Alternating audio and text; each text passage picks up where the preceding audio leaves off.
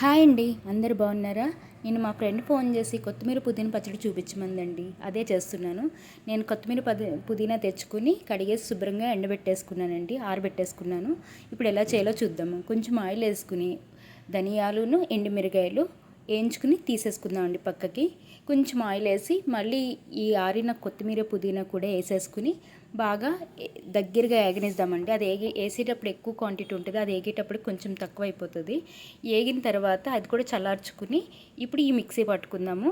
ధనియాలు, ఎండుమిరగాయలు, కొంచెం ఎల్లుల్లిపాయలు, జీలకర్ర, కొంచెం చింతపండు వేసుకుని మిక్సీ పట్టేసుకుందామండి. తర్వాత ఈ కొత్తిమీర పుదీనా కూడా వేసుకుని మిక్సీ పట్టుకుందామండి. కొంచెం ఉప్పు వేసుకుని కొంచెం వాటర్ యాడ్ చేసుకోవాలండి, ఎందుకంటే మిక్సీ తిరగదు. కొంచెమే వాటర్ వేసుకుని మిక్సీ పట్టేసుకోవాలండి.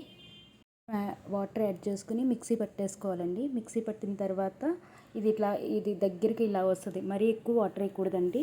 ఏదో వేసామన్న పేరుకి కొంచెం వేసుకుని మిక్సీ పట్టేసుకోవాలి. ఇప్పుడు తాలింపు వేసుకోవచ్చండి. కడాయి పెట్టుకుని ఆయిల్ ఎక్కువ పడుతుందండి.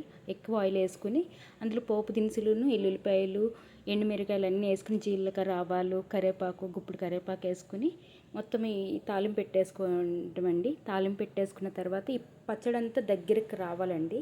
నూనె అంతా పీరుస్తుంది. అప్పుడు కొంచెం బాగా పీల్చిన తర్వాత ఇది వేడి చల్లారాక ఒక డబ్బాలో పెట్టుకుని మినిమం వారం 10 రోజులు ఉంటుందండి ఈజీగాను. నేను ఎప్పుడు ఇంట్లో చేస్తాను, చాలా టేస్ట్గా ఉంటుంది. చిన్నపిల్లలకి పెట్టడం వల్ల ఆకలి పుడుతుందండి.